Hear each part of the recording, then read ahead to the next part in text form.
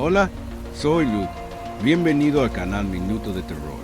Dale like y suscríbete al canal. Comenta de qué región de México eres. Nunca creí en las leyendas que corren por el interior de Brasil, especialmente en el Sertão de Bahía, donde estuve el 11 de julio de 2025, hospedado en una posada sencilla en Riacho Seco, una aldea aislada a unos 50 kilómetros de Juazeiro, en el corazón del nordeste brasileño. A las 6:30 de la tarde, con el sol poniéndose y tiñendo el cielo de tonos anaranjados, decidí caminar por el sendero que atravesaba la Caatinga, un paisaje típico del Sertão brasileño, con sus cactus y arbustos secos.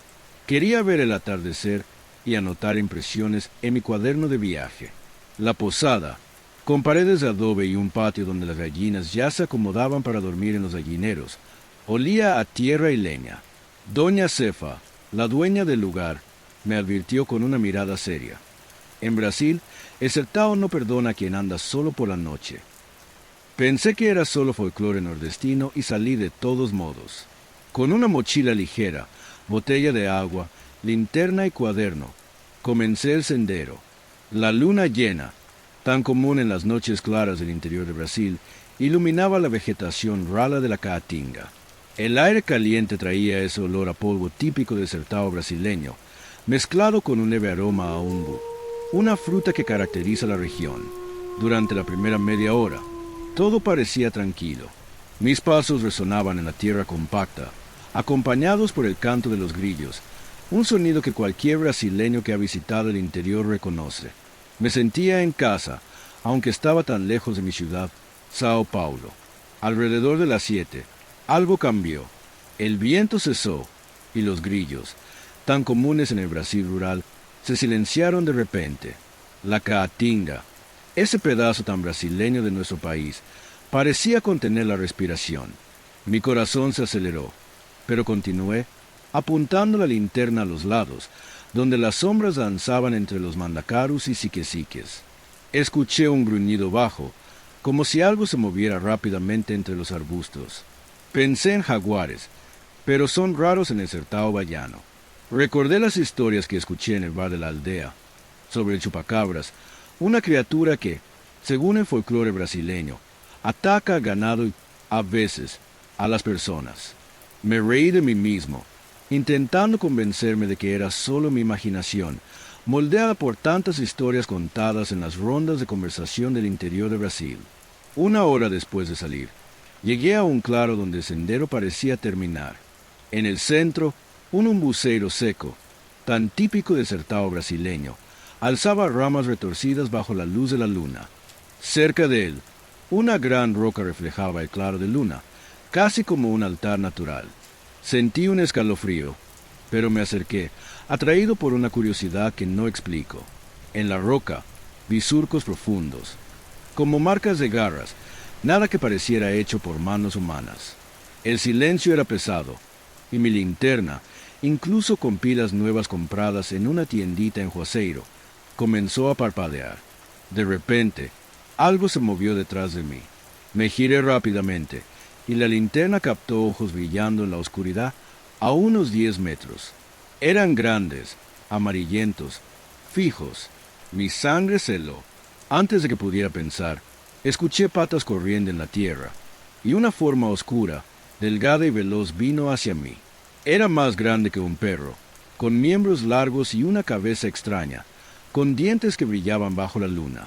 Era el chupacabras, una leyenda viva del folclore brasileño. Allí, en el Sertão de Bahía, soltó un silbido agudo que resonó por la Caatinga. El instinto tomó el control. Tomé una rama seca y me preparé. La criatura avanzó, y sentí sus garras rozar mi brazo mientras golpeaba con la rama. El impacto fue fuerte, y retrocedió, siseando. Rodé a un lado, pero vino de nuevo, más rápida. Asesté otro golpe, esta vez en la cabeza, y tambaleó. Mi corazón latía como un tambor de São João, una fiesta tan común en Brasil. La lucha duró menos de un minuto, pero pareció una eternidad. Finalmente, la criatura soltó un sonido gutural y desapareció en la oscuridad, como si el Sertão brasileño la hubiera tragado. Jadeante, vi que mi antebrazo tenía arañazos profundos, pero nada grave. La sangre goteaba, pero no era mucha. Tomé mi mochila y corrí de vuelta por el sendero, sin mirar atrás. El camino, que antes parecía largo, pasó volando bajo mis pies. Llegué a la posada a las 8:30 de la noche, casi 2 horas después de salir. Doña Cefa, aún en la veranda, me miró con asombro. Le mostré los arañazos, y ella, sin decir mucho, trajo cachaca, esa típica del interior de Brasil, y un paño para limpiar las heridas. «Escapaste por poco», dijo, con la sabiduría de quien conoce el Sertao. Esa noche, en la hamaca, con el brazo vendado, no dormí. Los arañazos ardían, pero lo que me atormentaba eran esos ojos y el silbido. Al día siguiente, mostré las marcas a un vaquero de la aldea, una figura común en el Brasil rural. Confirmó, fue el chupacabras. Marca, pero no mata. Me mostró una cicatriz en el hombro de un ataque años antes. Investigué después y encontré informes en periódicos bahianos, como un ataque a cabras en 2023, cerca de Riacho Seco, registrado en el asterisco Jornal do Sertão asterisco, un periódico local. Sé que suena a locura, pero esto pasó en Brasil, en el Sertão de Bahía. La Caatinga guarda secretos que desafían la lógica, y esas 2 horas me marcaron para siempre. Los arañazos, ahora cicatrizados, son la prueba de que algo real cruzó mi camino en el corazón de Brasil.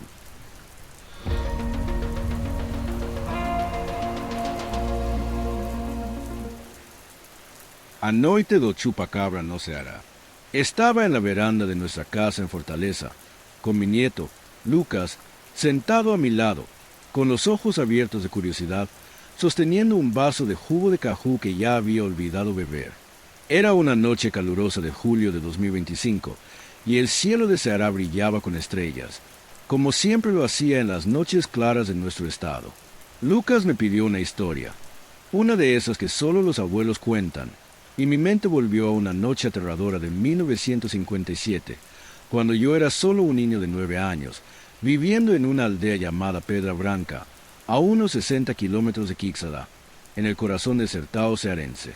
Lo que viví esa noche de lluvia rara, en una experiencia que duró unos 20 minutos pero pareció una eternidad, marcó mi vida con un miedo que aún siento, y ahora se lo contaba a Lucas, con el corazón apretado, como si estuviera allí de nuevo.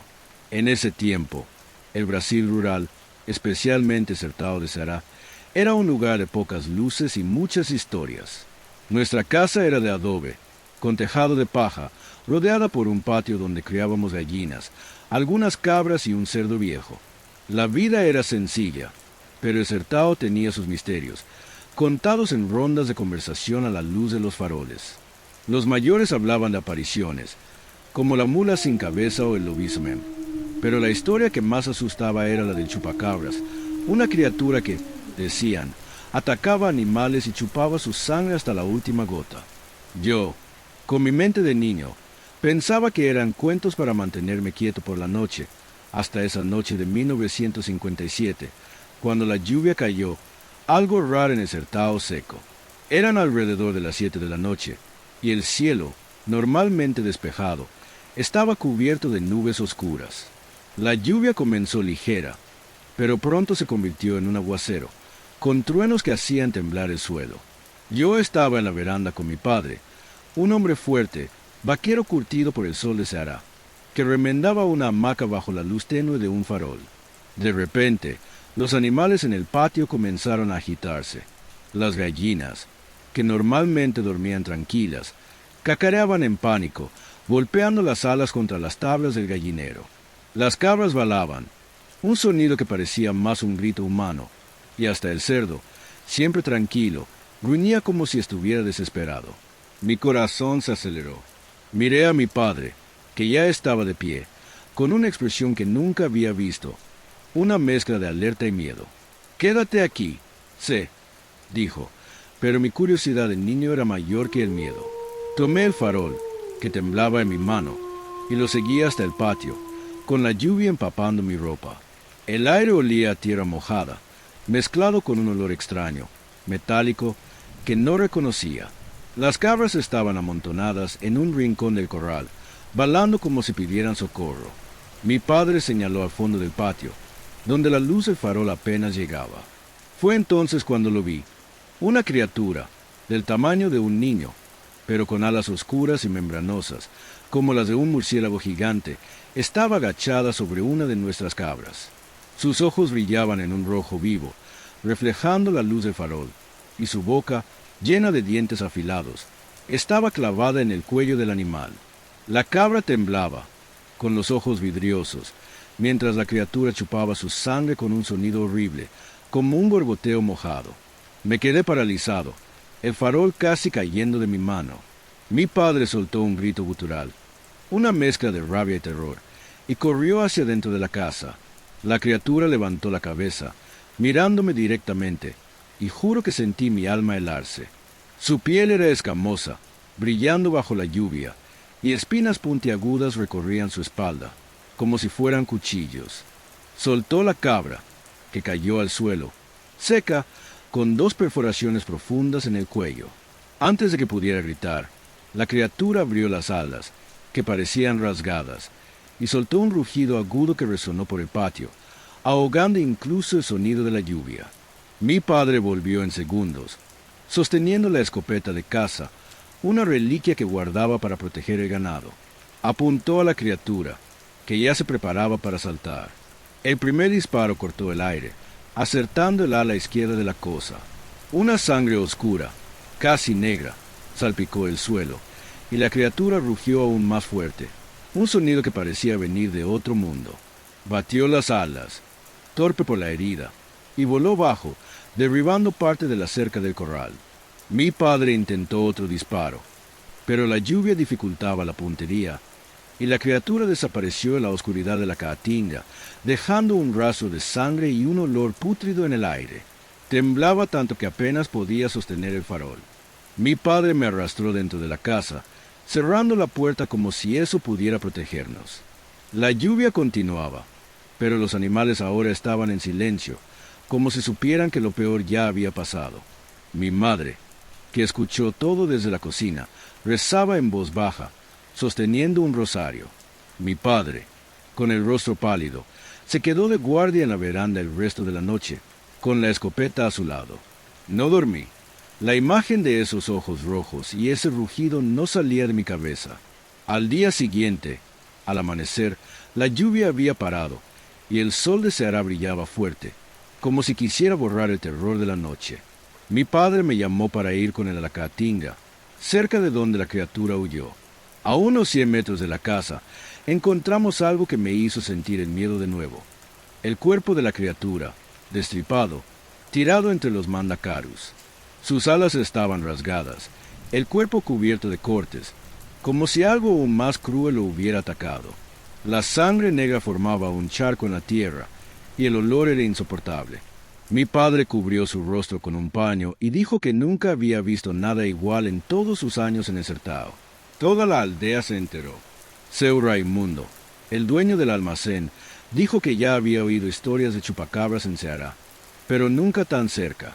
Un recorte del asterisco Jornal do Cariri asterisco de 1956, que guardaba, hablaba de ataques a cabras en aldeas cercanas, con marcas idénticas a las que vimos. Algunos decían que era un demonio, otros que era un animal desconocido, pero todos coincidían. El Sertao cearense guardaba cosas que era mejor no tocar. Mi padre, que siempre fue valiente, decidió que no podíamos quedarnos. 2 semanas después, vendimos lo que teníamos y nos mudamos a Fortaleza, dejando la casa, las cabras y ese terror atrás. Miré a Lucas, que ahora me miraba con el rostro pálido, el jugo de cajú intacto. Le conté que, incluso después de tantos años, nunca volví a Pedra Branca. El Sertao de Brasil, con su belleza cruda y sus misterios, me enseñó que hay cosas que no se explican. Esa noche de lluvia, esos 20 minutos de puro terror, cambiaron a mi familia para siempre. Hasta hoy, cuando escucho truenos o veo una cabra en el mercado, siento un escalofrío, como si esos ojos rojos aún me observaran, escondidos en algún rincón del Sertao cearense.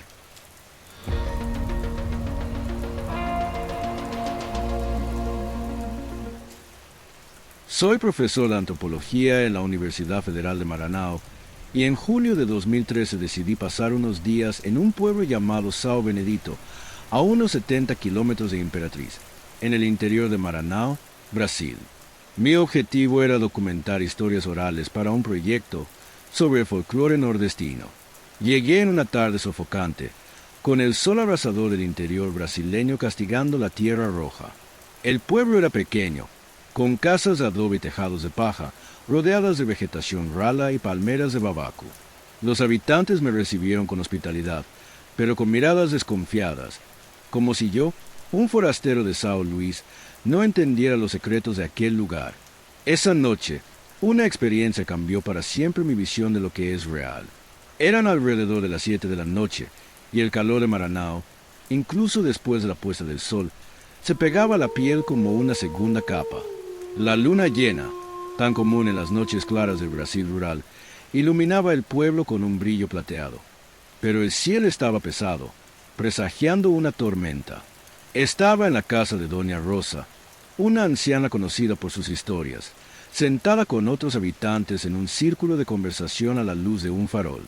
Hablaban bajo, casi en susurros, sobre ataques recientes a gallineros.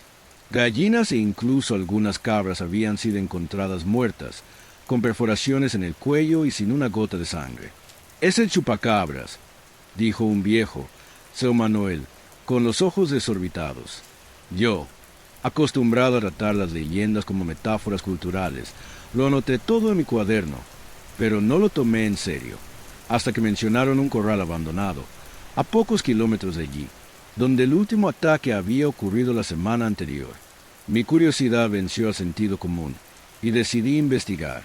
Tomé mi mochila, con una linterna comprada en una tiendita en Imperatriz, un grabador de audio y mi cuaderno. El sendero hacia el corral era de tierra compacta, marcado por huellas de carretas y surcos de lluvias antiguas. El aire olía a polvo y a algo dulce, tal vez flores de buriti. Mientras caminaba, el silencio del pueblo dio paso a los sonidos del bosque maranense, grillos, ranas y el susurro de las hojas. Pero, a medida que me acercaba al corral, esos sonidos comenzaron a disminuir, como si la noche estuviera conteniendo la respiración. El calor parecía más opresivo, y mi linterna, incluso con pilas nuevas, parpadeaba de forma intermitente. Mi corazón se aceleró, pero lo atribuí a la adrenalina de estar solo en un sendero oscuro en el interior de Brasil. Llegué al corral, un cercado de madera torcida, cubierto de musgo y con tablas rotas.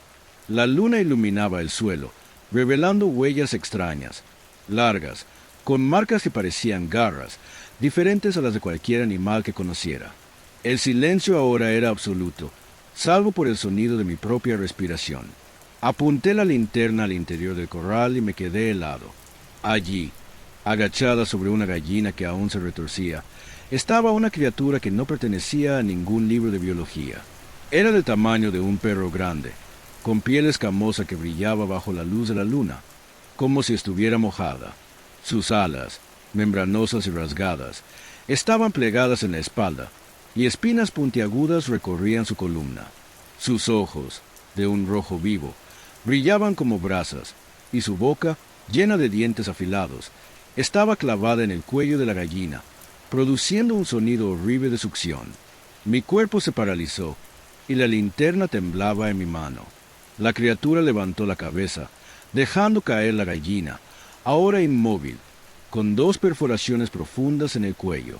Sus ojos me miraron, y juro que sentí un frío recorrer mi columna, a pesar del calor. Antes de que pudiera reaccionar, soltó un rugido agudo, un sonido que parecía cortar la noche, y abrió las alas, batiéndolas contra el aire caliente. El viento que produjo levantó polvo e hizo crujir el corral. El instinto tomó el control. Me giré y corrí por el sendero, con la linterna oscilando, iluminando solo fragmentos del bosque. Escuché sus alas batiendo detrás de mí, un sonido rítmico y aterrador mezclado con silbidos que resonaban entre los árboles. El sendero, ahora embarrado por una lluvia ligera que comenzaba a caer, parecía infinito. Mis zapatillas resbalaban, y las ramas arañaban mi rostro mientras corría, sintiendo la criatura cada vez más cerca. Miré atrás por un instante y vi sus ojos rojos brillando en la oscuridad a pocos metros. Mi corazón latía tan fuerte que parecía que iba a estallar. Tropecé con una raíz, cayendo de rodillas en el barro, y la linterna rodó lejos, apagándose. El rugido de la criatura estaba tan cerca que sentí su aliento caliente en mi nuca. Rodé a un lado, desesperado, y agarré una piedra del suelo, lanzándola hacia los ojos brillantes. Escuché un chillido de dolor, y las batidas de las alas se detuvieron por un momento. Me levanté y corrí, guiado solo por la luz de la luna, hasta que avisté las luces débiles del pueblo. Llegué a la casa de doña Rosa jadeante, cubierto de barro y arañazos. Los habitantes, aún en la veranda, me miraron como si vieran un fantasma. Mi mochila estaba rasgada, y mi cuaderno, empapado, tenía marcas de garras en la cubierta. No dije nada, solo pedí un vaso de agua y me senté, temblando. Doña Rosa, sin preguntar, trajo una cachaca y un paño para limpiar mi rostro. «¿Lo viste, verdad?», susurró, como si temiera que la criatura escuchara. No respondí, pero el miedo en mis ojos fue respuesta suficiente. A la mañana siguiente, con el sol brillando fuerte, como es típico en Maranao, volví a corral con Seu Manuel y otro habitante, Cedó Armacem.